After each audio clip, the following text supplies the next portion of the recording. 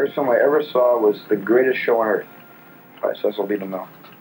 That was the first experience I ever had in a theater. My father said he was taking me to a circus movie, but I didn't register movie, I registered circus, and I stood in line with him in the cold sleet in New Jersey. And I had always imagined a circus taking place in a tent, not a big brick building. It didn't make any sense to me.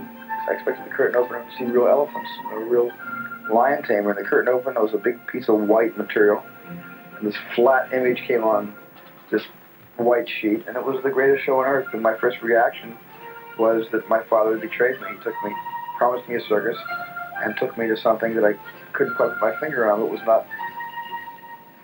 not satisfying in any way. I couldn't smell it. I couldn't climb into it. I couldn't be afraid of it. And as I'm watching the movie, suddenly I'm smelling it. I'm afraid of it, and I'm climbing into it. And by the end of the film, I was really jazzed. I remember most about The Greatest Show on Earth, the elephants and the train crash. I remember the spectacle. And perhaps this is a clue to the kinds of movies I've been making. Give me the whip. Throw me the idol. No time to argue. Throw me the idol. I throw you the whip. Give me the whip. Adios, señor.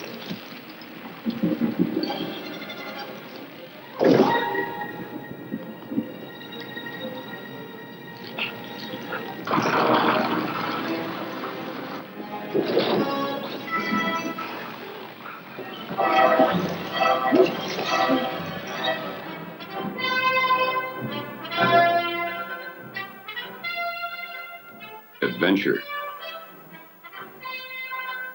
40 years ago, the Saturday movie matinee with its serialized cliffhanger was part of a way of life.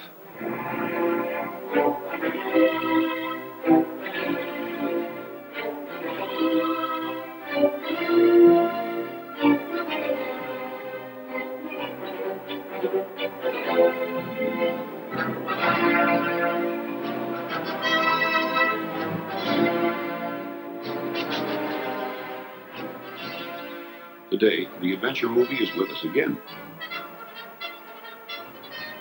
This time, created by a new generation of filmmakers with a love for the great traditions of movie making. Guys, me, really me. I'm looking. Now on 3, you're all fired. Don't look at me, look where you're firing. 1, 2, 3. Cut.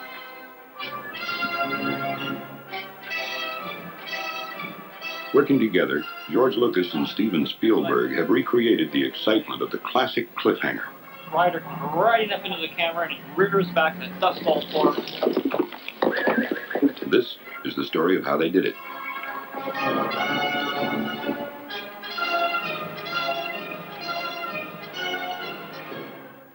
There is an atmosphere to this movie, not unlike a lot of old movies. Throwback to an older kind of film. It's a high adventure.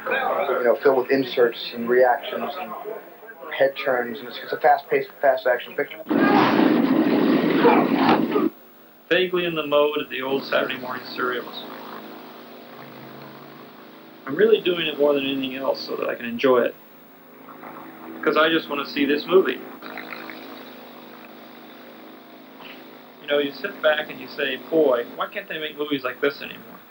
First got a call from George. He said that one of the projects that he had coming up was a project with Steven. And that day, Steven came in and we met a writer named Larry Kasdan. And George was introducing people around the room to Larry, and he introduced me as the producer of the movie. And that was it. It was, an hour later. That's the way George is. He's just amazing, And we all shook hands, and George said, we're making movie history. Movie history. George Lucas and Steven Spielberg joining forces for the first time. Their purpose? To pay homage to the Saturday action matinee.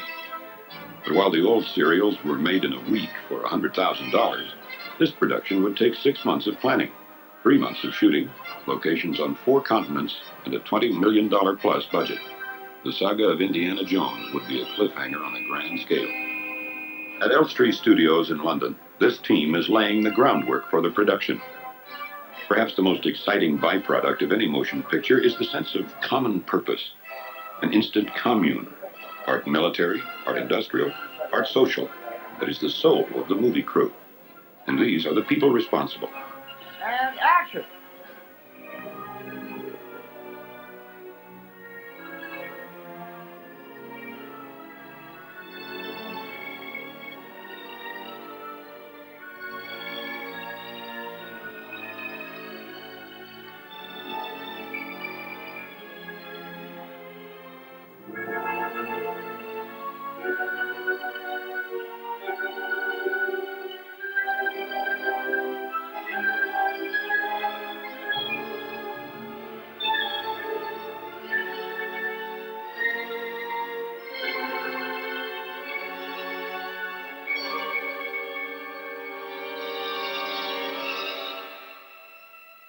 Rumble!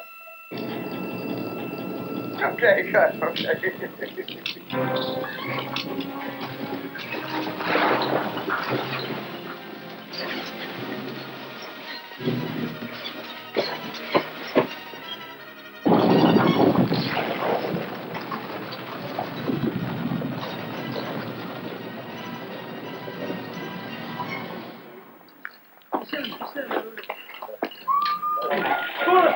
Harrison, have you ever done anything like this? Dragging behind a car?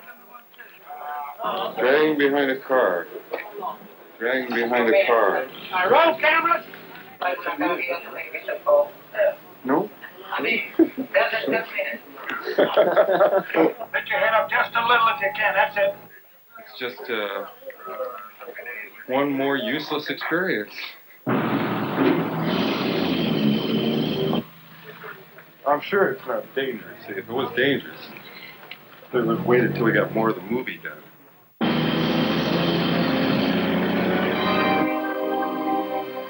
When Steven Spielberg first heard the story of Indiana Jones, he pictured a new kind of hero and spent 6 months searching for an unknown actor to play the part.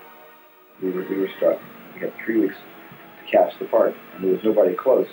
And then I saw Empire Strikes Back, and I said, Harrison Ford is Indiana Jones. And I called George Lucas, and I said, he's right under our nose. And George said, I know who you're going to say. And I said, who? And he said, Harrison Ford. I said, right. Indiana Jones is an archaeologist. In his spare time, he's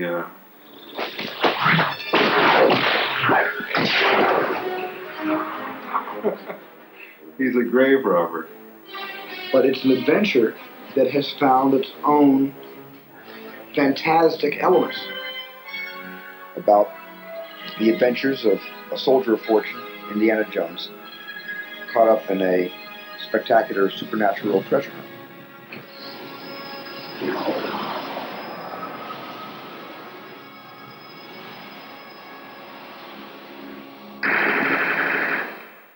Indy's girlfriend, Marion, a hard-drinking, two-fisted woman, is played by Karen Allen.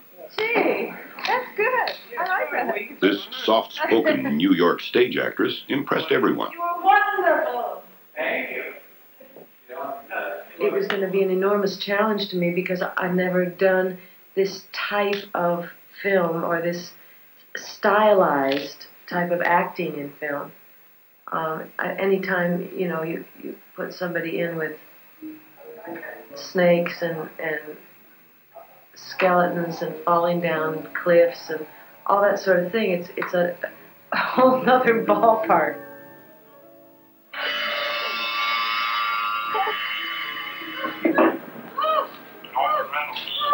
Yes, Robert. Where are you? In the art department, surprisingly enough. The sets begin here. Graphic artists and draftsmen working under the direction of production designer Norman Reynolds. The interior sets would be built on the soundstage in London, but the exteriors, such as this archaeological dig site in the Sahara Desert, must be built on location. And the locations could be halfway around the world. 3 hours work and about 5 chops. I mean, we are spread thin right now because we have construction crews in 3 countries.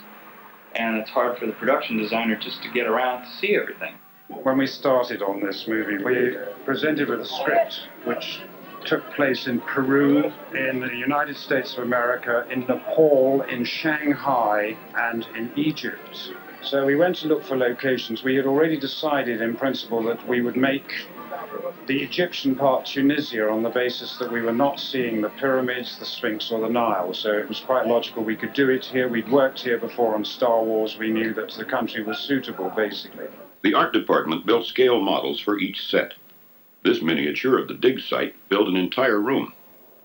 Now I'll show you the panorama photographic montage of the square taken in Tunisia and the model showing the same view, actually.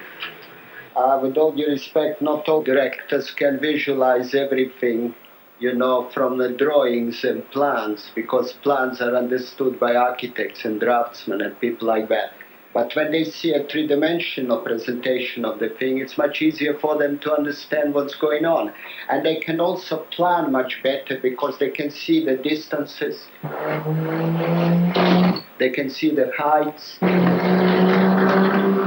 Kairouan, a Tunisian village, was chosen because it resembled Cairo in 1936. Hey, what's the roof right there? It is a flat roof. Yeah. Can I get up there with the camera? Yeah. You built that, didn't you? Yes, we added that piece. Well, good. Right. So, I'm happy. In the tight-walled streets and ancient squares, Spielberg and Reynolds discuss logistics. Reynolds will provide a number of small sets to dress up the location. Yes, we have that, the cart, the fruit stand, big colorful fruit stand over here. yeah. And maybe some other. Now, the thing of it is, he has to have room for that pool width.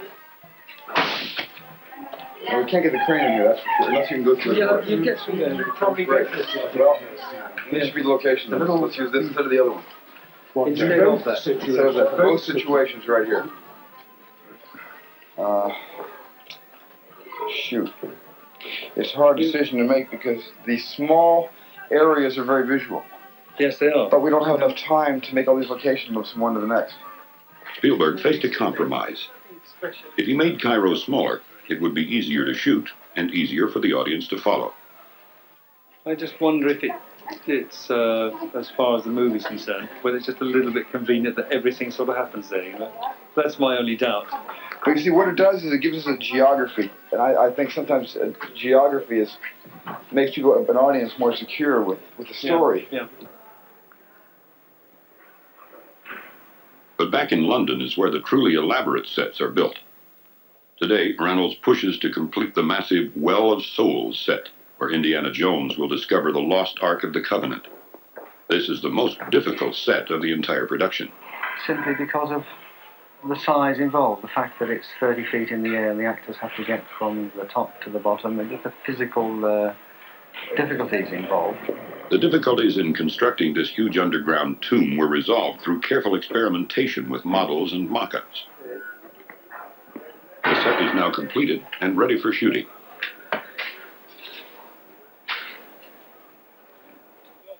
You know what I should do with you? Go through the whole storyboard.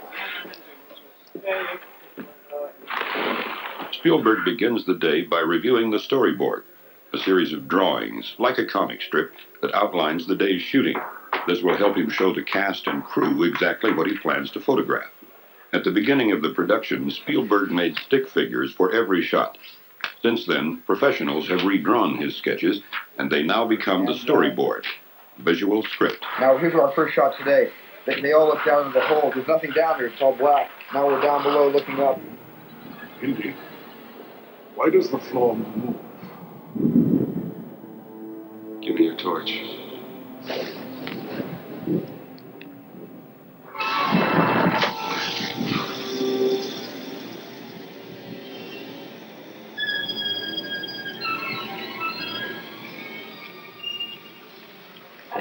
This is the bane of his existence, the snakes. And this would be a special shot where the camera will actually follow you into the hole and down below. Indy takes a firm hold of the rope and it suddenly comes off and falls.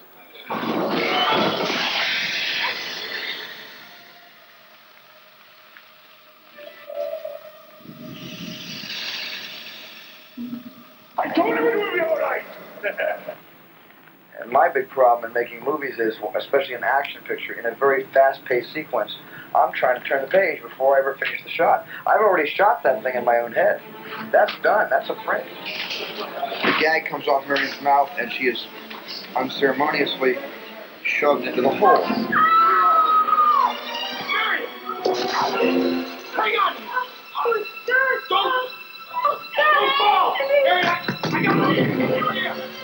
If she falls, she goes into the snakes. But that shouldn't bother her because the fall will kill her. You know. And we hear this huge stone, grinding against stone. The shadow moving over both of them. In the meantime, she throws the bullwhip up to the jaw. She's in total black. She screams. He screams in sheer brute agony of having to push tons of weight with his own body strength. The whole statue topples forward right toward Marion. Indy riding it down the whole way. I'm gonna get some mustard now. Okay. Suspense is really killing you, huh, Harrison? Okay. This was the best part. You left me at the best part.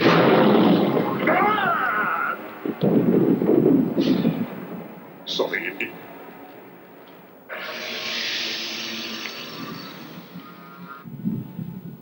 Snakes.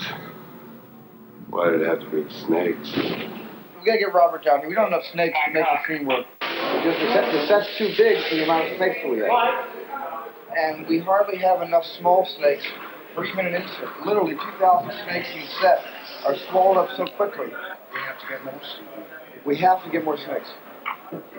You know what we really need? We need about 7,000 snakes in addition to the 2,000 we have here to make it work. 7,000 more snakes, please. His assistants nod as though they'd been asked to find paper napkins. But 2 days later, the pet shops of London and Antwerp are bereft of reptiles. In the Well of Soul, boa constrictors, pythons, and cobras all do their slimy thing. I mean, there is a serum to protect against cobra bites? You get bit more, and you've got to get it in 2 minutes. In 2 minutes? Cobra bite paralyzes the nerve. I want one person whose job it is only to keep the pythons away from engaging the actors. This is a hopeless thing.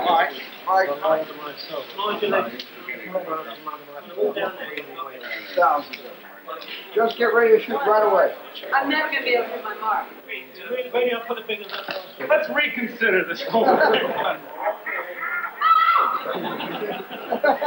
Harrison is in his big boots and his gloves and his pants and his leather clothes and stuff, and I had this little sort of thing and naked arms and nothing on my legs and bare feet, and so I just couldn't stand them on my feet.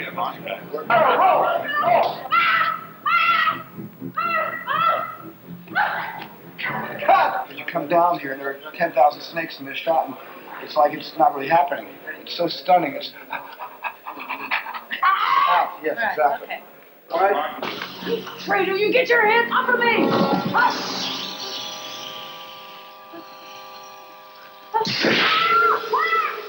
When I say to you more and more, you give me more, but you give me more in increments of millimeters instead of feet. You know what I'm saying?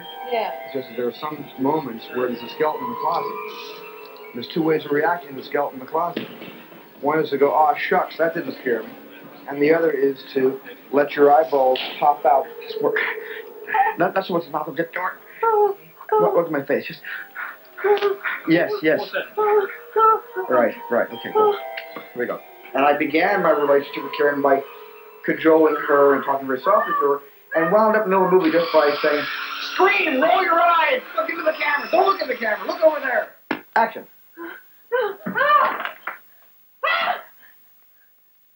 Cut, beautiful, Karen.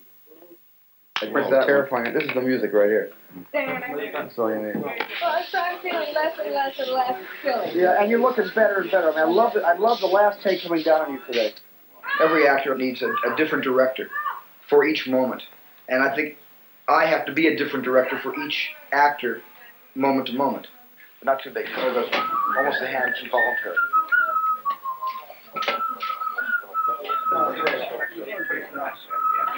That's a lot of out. Good. Can we just do some face jokes? Can I have this man and his wonderful face? And can I have him back there among these women and men right here to be pressed right into the foreground? Yes. This guy's face. Oh, you come with me, son. Exchange it with the guy with the dirty face. Yes, exchange them. Come over here. Assistant Director David Tomlin, Spielberg's physical extension, handles large-scale, heavily populated scenes. You are here. Right, you're all going to be good actors. So I've explained the story to you. You picked your champion. So we're going to rehearse it. And you really be rooting for these people because you've got your money on and you have very good money. It's very important that you win. So let's be very serious about it. Okay? Yeah. Also, David, tell them this drinking contest. She owns the bar. She's the owner of the bar. And this drinking contest happens every Friday night. It's like bingo. Everybody comes to watch her put somebody under the table or be put under the table. So, so you save your money all week to either lose it or win it on these people. All right, so don't be inhibited. Really get into it, shout, and do anything you want. Okay?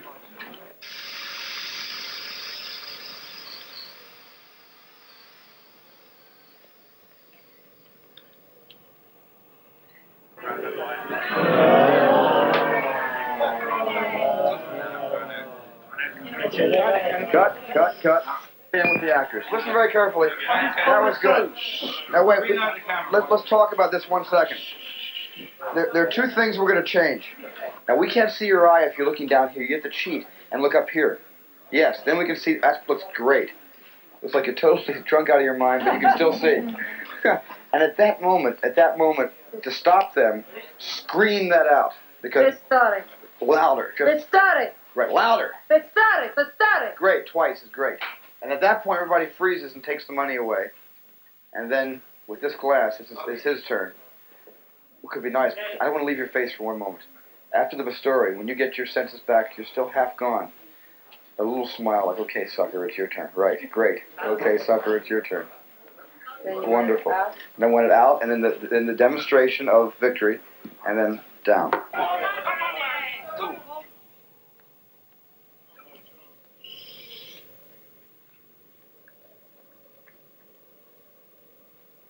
I don't want to leave your face for one moment.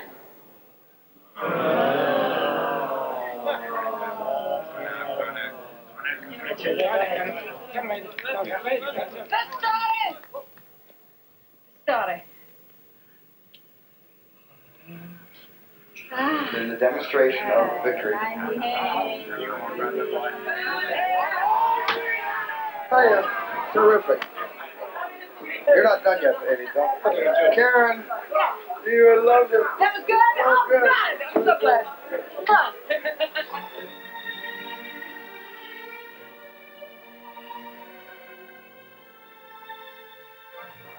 That could be a really nice moment. It also could be cheated toward camera.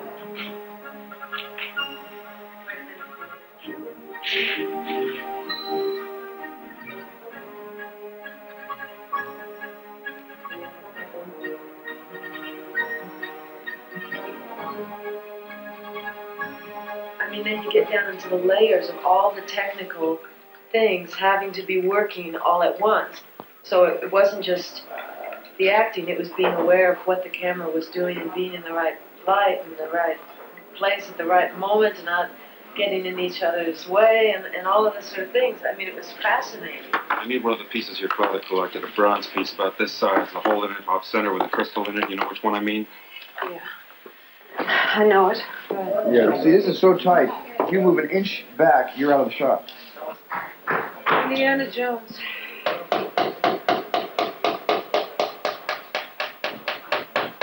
Walking back through the... I mean, I'm more nervous under ordinary circumstances. Other kinds of things make me nervous, but being in a movie doesn't really make me nervous anymore. There's probably a tension there that I learned to deal with that I don't acknowledge. But there's nothing operative. There's nothing that I have to deal with before I can do my work. Okay. I got rhythm. I got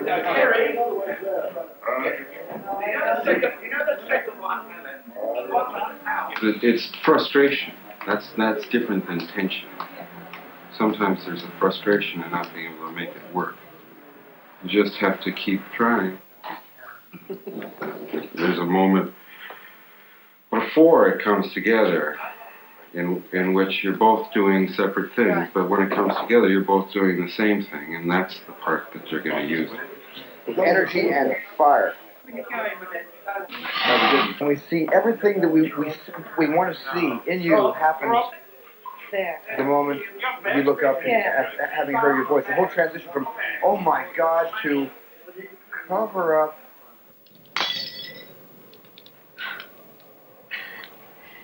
Indiana Jones. Always knew someday you'd come walking back through my door. I never doubted that. Something made it inevitable. So what are you doing here in Nepal? I need one of the pieces your father collected. I learned to hate you in the last 10 years. That window's on fire. The table's on fire. This is burning. All this whole thing's burning here. This action scene involves planning and control of a web of elements and details so complex that it takes a crew of experts months to put it together. When these elements do come together, it's pure choreography. A kind of ballet. Every element perfectly timed. Stunts, special effects, overall design, all precisely coordinated. Here, special effects expert Kit West goes over a gunfight scene with Spielberg. This is a flat squib which is devised for setting into a wall and gives it a spark, and like ricochets off metal. I basically prefer to do pictures and lots of bangs and explosions. Bang, bang, bang, bang, bang, bang. We have 20 in each, right? No, what I've done is I've got 10 and 10 and 5 for your first take. Great. Okay, so it's 10, 10, and 5. Yes. Show it to me again, and let me play the machine gun. I'll go pop, pop, pop. This is kids' play. I mean, today I shot my sort of first gunfight. This is my first real good guy versus bad guy shoot 'em up. You know, as if you're a perfect marksman. Now watch me. Yeah. You aim, and at the last minute you close your eyes and pull the trigger. I love it. Okay? I love it. All right, well, Okay, ready? We began, which is something I've always wanted to do. We began to choreograph it like a dance by the number. That's how it's done. That's how it's usually done in movies.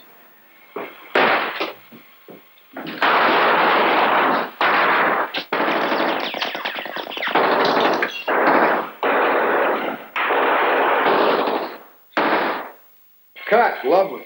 The rubber bag back where we started from. But also we use these whips for the business of blood hits when somebody is shot and the blood comes out. We have a special plate which we set these into. That's good right there. That's pretty good.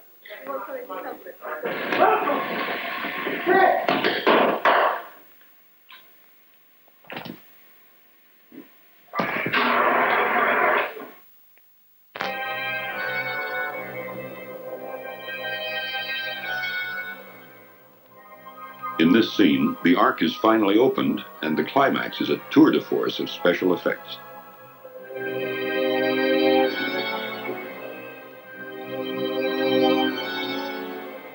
They bring the Ark to the top of this naturally made box canyon, and of course all they expect to find inside the Ark is the Ten Commandments, the Germans.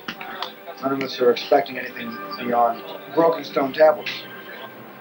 But it's said that the tablets were returned to God and that the Ark was destroyed in the Temple of Solomon. But our film, based on what George Lucas's beliefs are vis-a-vis the Ark, is that the Ark was in fact moved and not destroyed in the temple, and then discovered by you wonderful people.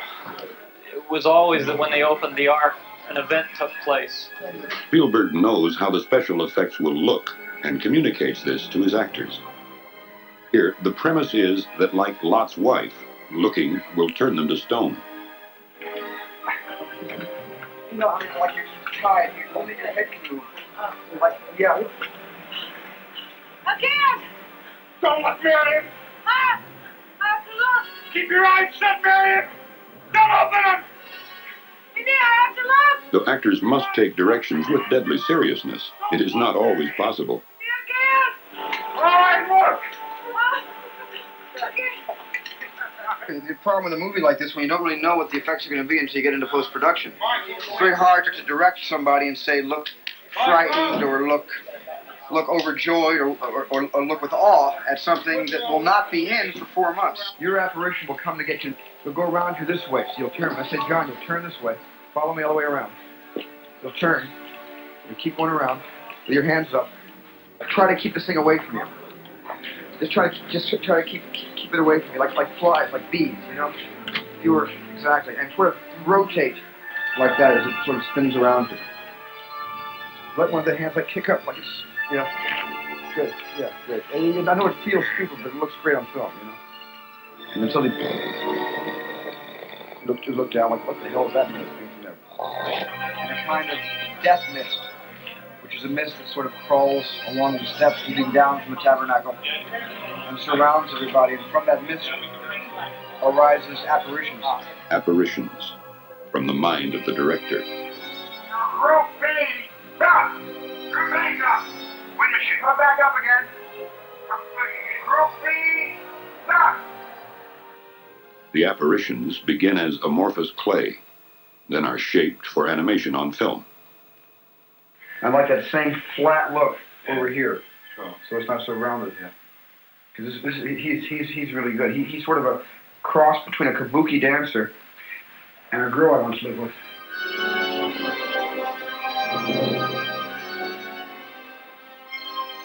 It's very important that the hands, the separation of the fingers, and the face, and the clothing is like this, because we have to register the dummy bust of Paul with the real Paul. Paul Freeman is immobilized in plaster. They will create a three-dimensional bust with exactly the same expression as this frame of film.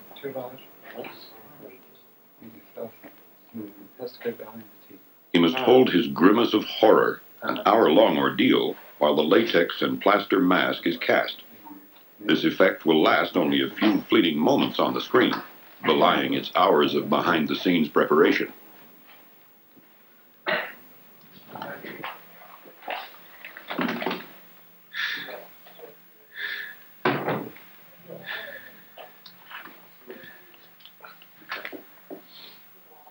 The result is a likeness that will be duplicated and photographed for the final effect.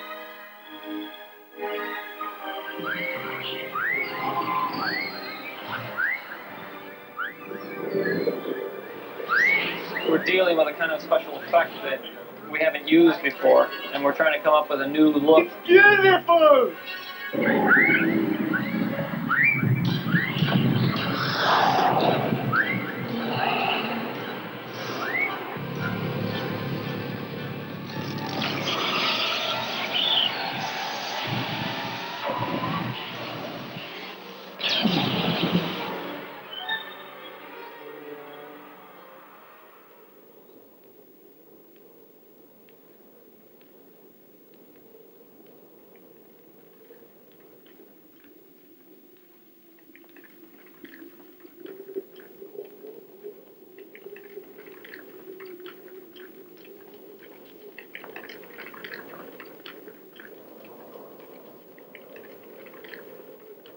Heat.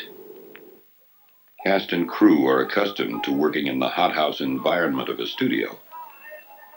But nothing could prepare this crew for the Sahara.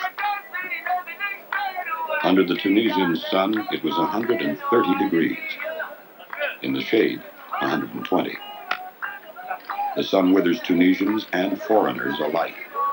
On this remote and barren patch of desert, over 200 kilometers from Tunis and 60 kilometers from the nearest permanent settlement of any size, with 600 extras and a crew of 80, water consumption was prodigious, an average of 5,000 gallons each day.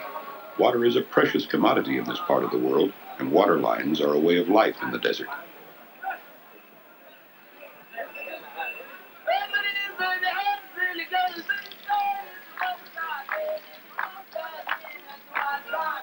Filming in the desert for nearly a month reduced even the most coherent minds to dusty gibberish. Norman, do you have any other ideas? Paul? Anything. Let's just go off and make another picture. Let's do a picture about a movie crew going crazy in the sun. He's gone, you know. The sun. And Steve does a great deal of homework when he does a picture, and he's very organized, and I think one of the main reasons that the film is going so well, and we are ahead of schedule at this point, is because Steve also has gained a great deal of technical knowledge on making movies, and he's made these kind of movies before. He knows what to anticipate. He knows how to make a production move. You little Schwein! Was soll mit Essen? Wir wollen nicht essen. Nein, wirklich. Wir haben gerade gegessen. Danke. Verstehen Sie nicht? Du wolltest nicht essen wollen? All right, hold it. Terrific. Excellent. Excellent. Really good. Work wonderful. Just beautiful.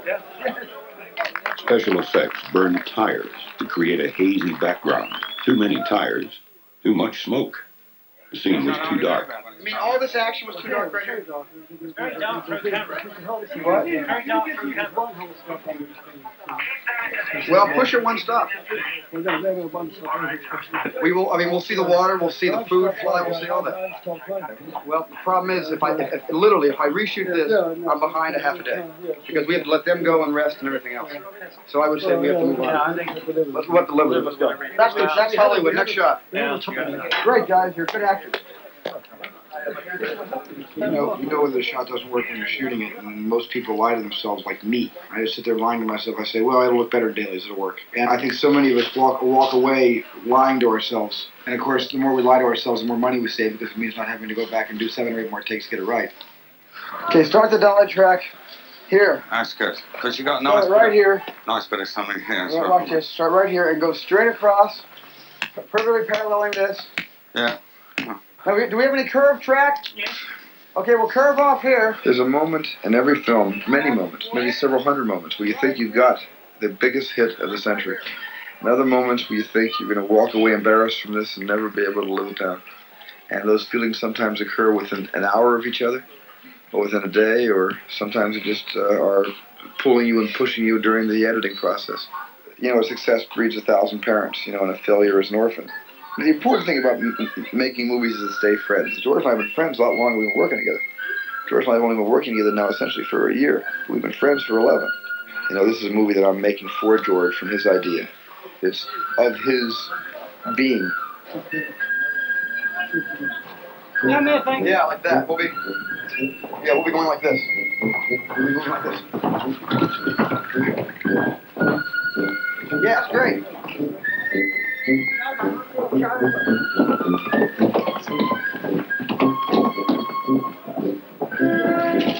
Lovely timing. They had to import every stick of wood, scrap of cloth, or stone to truck in daily between 5,000 and 10,000 gallons of water. Medication for dysentery, creams for sunburn. The production involved making traditional Arab costumes for 600 extras. Okay, great. Here we go.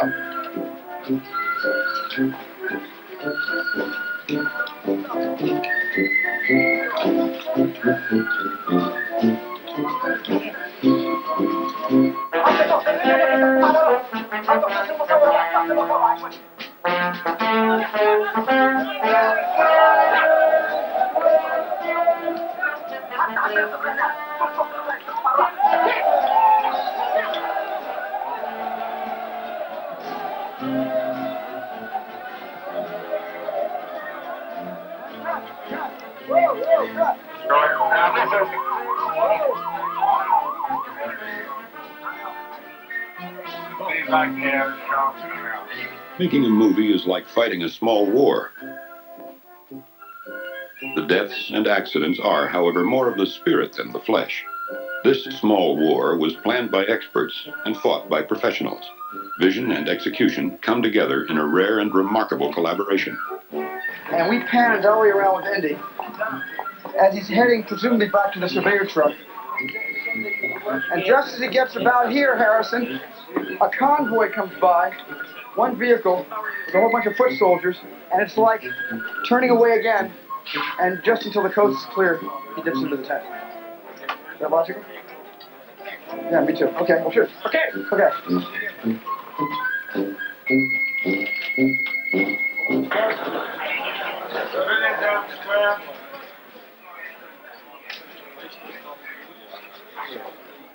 Shooting in a town presents a different set of obstacles. It's a case of having to persuade people to close their shops for the day, which is a very difficult thing to do. The ideal location is the location where you have adequate parking facilities for all your equipment within easy access of every location, which is not the case here. It's very difficult with narrow streets, where you have no problem at all with the local population, where it's completely quiet. This one doesn't have those things, but of course it has the backgrounds that we need.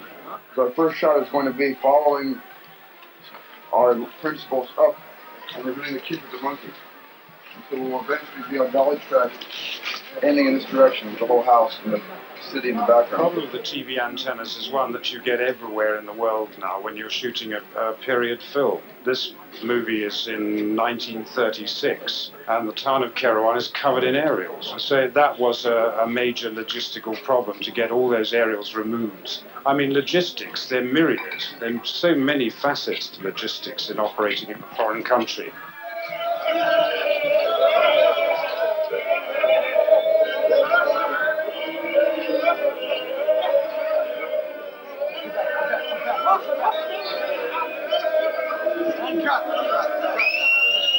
Cut. Okay, check. Okay. Do one more thing for me right now. How look coming forward? They came forward okay? Yeah, pretty good. Tell them to do it again, but don't laugh, but don't point.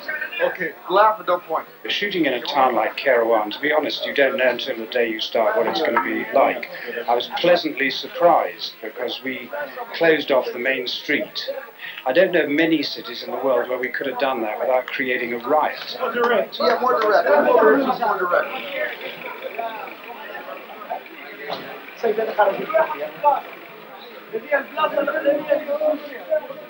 That's their finished position. Having got it organised, everyone has a function. All the background then looks logical.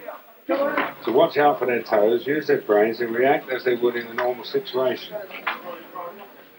If you have English-speaking people, you can do it very quickly. If you have to go through an interpreter, it takes a bit longer, and then again you have to live through that, and still try and keep a good atmosphere on the floor and stop people from cracking under strain. With this crew, a terrific crew, camera crew, extremely good, the best temperament that I've ever come across. Take a lot of aggravation without breaking, which is good. I hate to admit it, actually, but Chick's been with me for over 30 years. And Robin has been for well over 20 now. It's an incredibly long time, but it's a synonymous relationship. I couldn't live on the floor without them. You know, he rides that camera like a cowboy that does a steer. Say when, Dougie. Okay, we go in this if you like. It's like a snapshot. Right, stand by. We're going to shoot now. Get ready.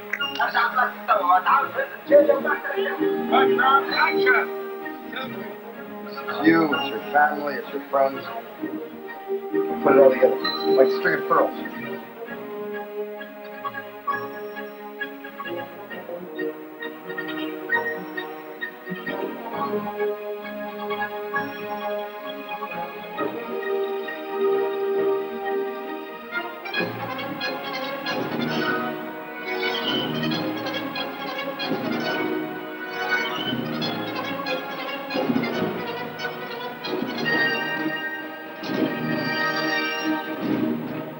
Action!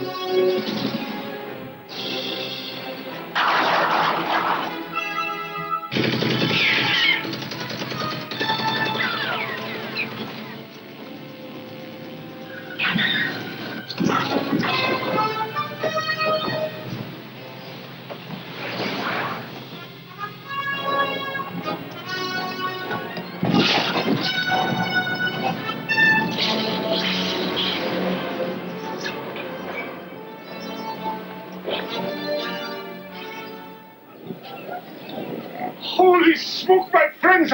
I'm so pleased you're not dead! Indy, Indy, we have no time. If you still want the Ark, it has been loaded onto a truck for Cairo. Truck? What truck?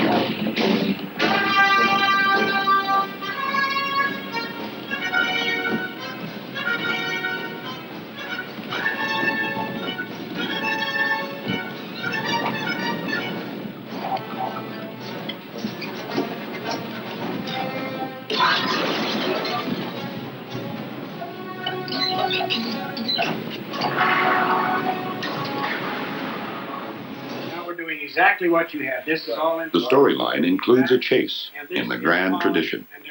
Because this sequence promised to be a monumental task in itself, Spielberg created a second unit directed by Mickey Moore.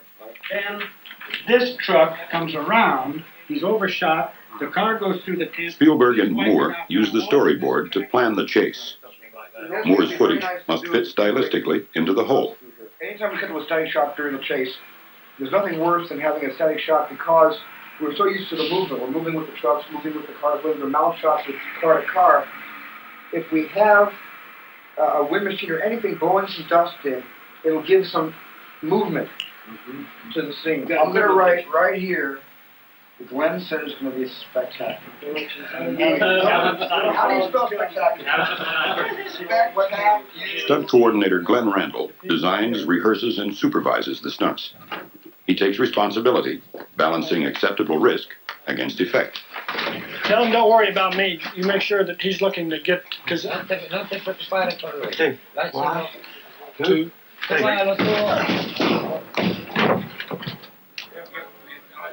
Harrison Ford did some of his own stunts. This was both unusual and risky, for if Ford was injured, the production would be shut down. Harrison is great to work with. We had to teach him to do things that he had not done before, some things that really hadn't been done in films of recent years. It was quite an experience. I have used a whip before, but this is the first time I've ever had to teach an actor to use it. They can be quite lethal. You could beat yourself half to death with it before you learn how to manage it. And Harrison stuck with it, and he learned quite well. So we incorporated it in several of the fights. It's all the ingredients put together. It's a good camera mount, it's checking the camera, it's timing the truck right. The challenge of doing it. It's a unique area that not too many people are involved in. You take all the film stuntmen in the world and all the number of films and television shows that are done, there's a very few number of people that are involved with the actual action sequences. So it places yourself in kind of a unique category, and of course the money's good. So when we get to the top of the hill, we'll hold your speed and Terry will dress on you. I'll jockey the camera car one way or the other to get the lenses in the position they should be in. All right, boys, let me know. We can move. Stand by. Okay, Terry, stand by. All right, let's move the camera car out. Stand by,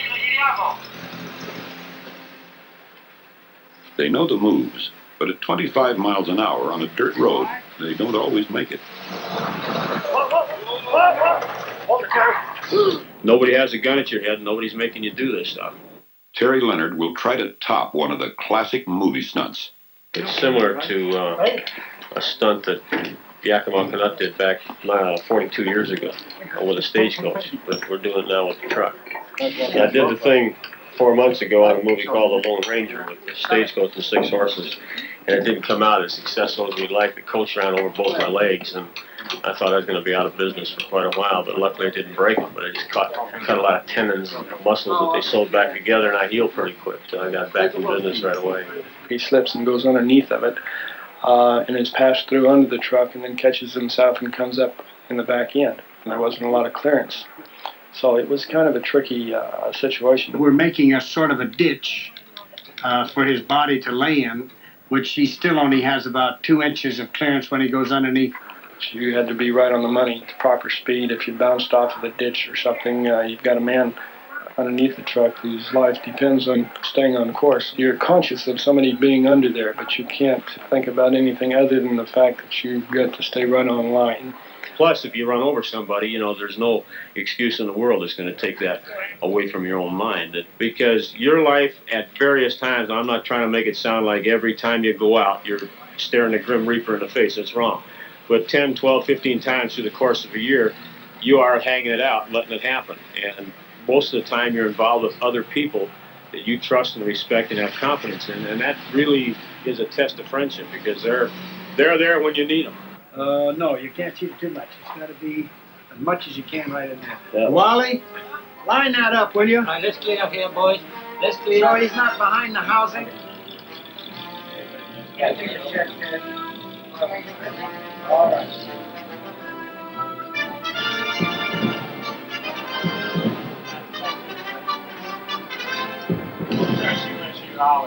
All right, stand by. This is picture.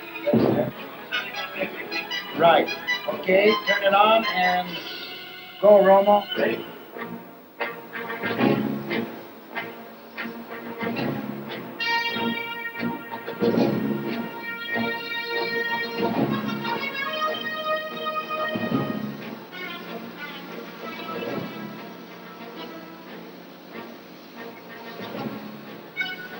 Nobody has a gun at your head. Nobody's making you do this.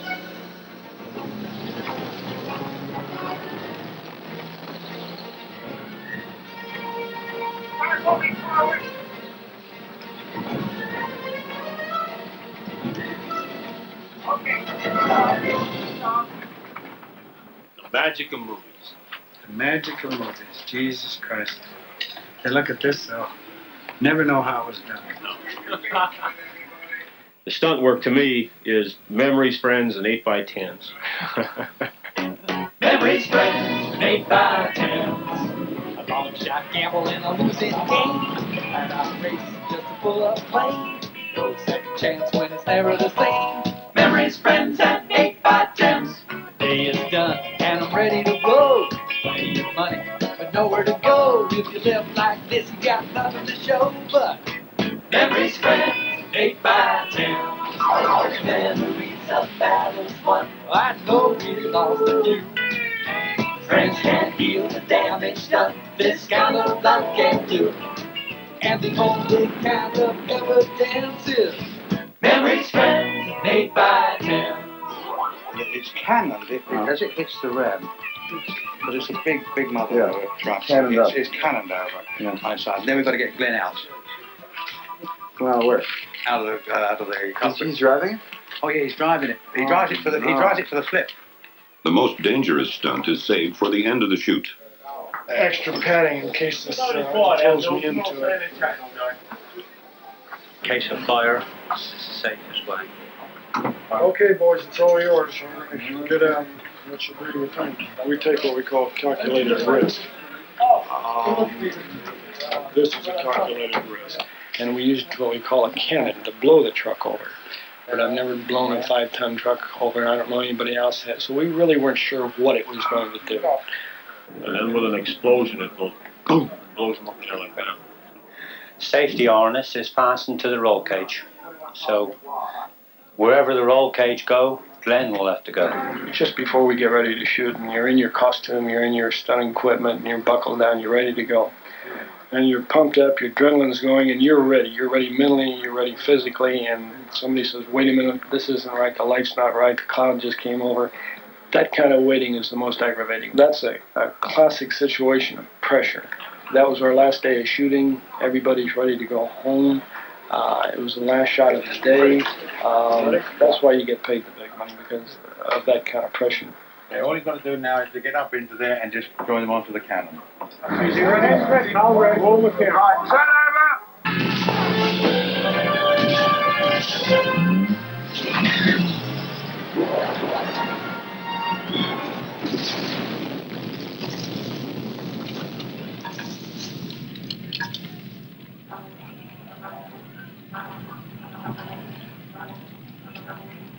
Gosh, lovely. It worked because it was a whole concept master. I mean, it was just the explosion, but he comes right into a puzzle like this and reacts to it. It's bad.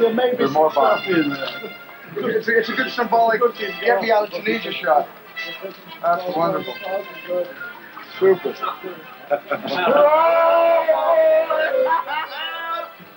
That's it. Whoa! Woo!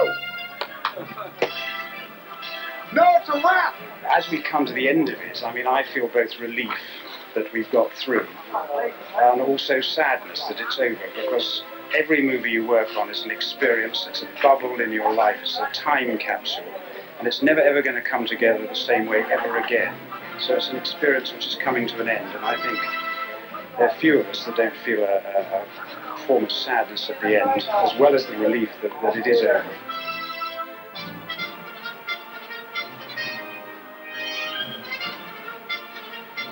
You never stop learning. Each one is a new experience, a new country, different set of rules, different personalities, and different technical problems. And I think part of the fascination for me about making pictures is that it can never become dull because you never know it all. Your apprenticeship is for life.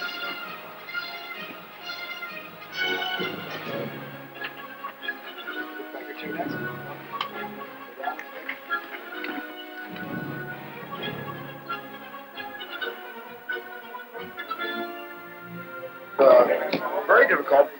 Looking back now, I know why I wanted to work so hard and come in so far under schedule. But in the long run, I think it would be better for the film because there would be much less self-indulgence. There was no time for it, just to tell the story. So I'm very happy with the movie. We'll see how I feel 10 years from now when I look at it for the first time. Jesus. I feel just like we won either the World Series or the Super Bowl.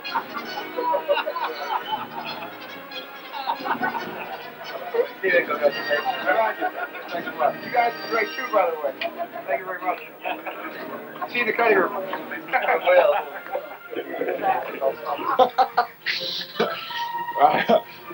I feel fine. I feel great. I'm very happy with what we did, and I'm glad it's over. It's the toughest job I ever had.